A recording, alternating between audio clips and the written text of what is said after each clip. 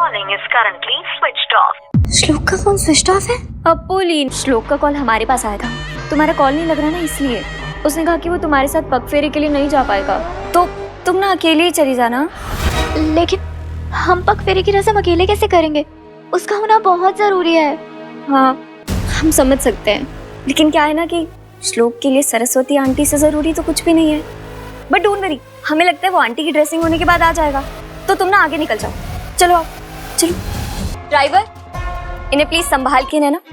जी madam. Baby देखो ना, कितना कुछ करना पड़ रहा है तुम्हारी ईरा को, ताकि ईरा और श्लोक एक हो जाए। सरस्वती आंटी ने तो सिर्फ हमें आज के लिए श्लोक और अप्पू को अलग करने के लिए कहा था, लेकिन हम तो उन्हें हमेशा के लिए जुदा कर रहे हैं।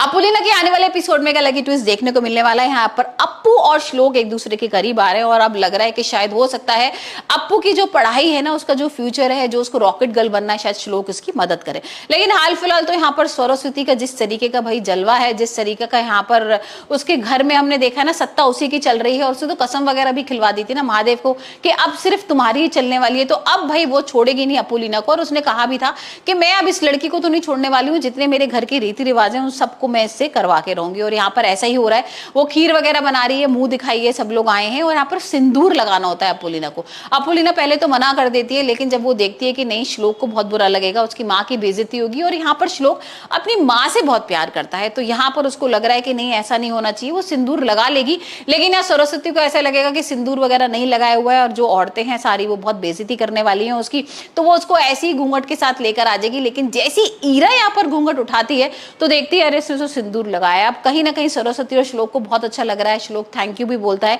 अब यहाँ पर जो अप्पू है ना, उसको अपने पापा की याद आ रही है और वो यही सोच रही है कि मुझे पता है कि जब अपने दर्द देते हैं ना तो कैसा होता है, और यहाँ पर तो मैं अपने पापा को कितना बड़ा दर्द दिया है। तो अब मुझे समझ में आ रहा है कि भाई अगर मैं ऐसा नहीं करती, कि नहीं लगाती सिंदूर, तो श्लोक को बहुत बुरा लगता। और वहीं हम देखेंगे कि ईरा का ये प्लान तो खराब हो गया, खीर वाला भी प्लान खराब हो गया था, तो अब वो भड़का रही है भाई सरस्वती को, और सरस्वती को यहाँ ये लग रहा है कि अब तो मैं सारे रीति रिवाज करवा के रहूंगी अप्पू से। हम देख रहे हैं किस तरीके से वो एक मशीन वगैरह लेकर आई है जिसमें हाथ से गूंथते हैं, और यहाँ पर वो हाथ पर ना उसका नाम गुदवाने वाली है। अब ये क्या कुछ होने वाला है ये तो आने वाले एपिसोड में ही देखेंगे। लेकिन श्लोक को तो वो कुछ नाम दे रही है और कह रही है कि देखो तुम नाम चूज कर लो, और जो भी तुम नाम दोगे ना यहाँ पर मैं उसके हाथ पे गुदवा दूंगी। तो अब देखते हैं श्लोक किसका साथ देता है, सरस्वती का साथ देता है या अप्पू का।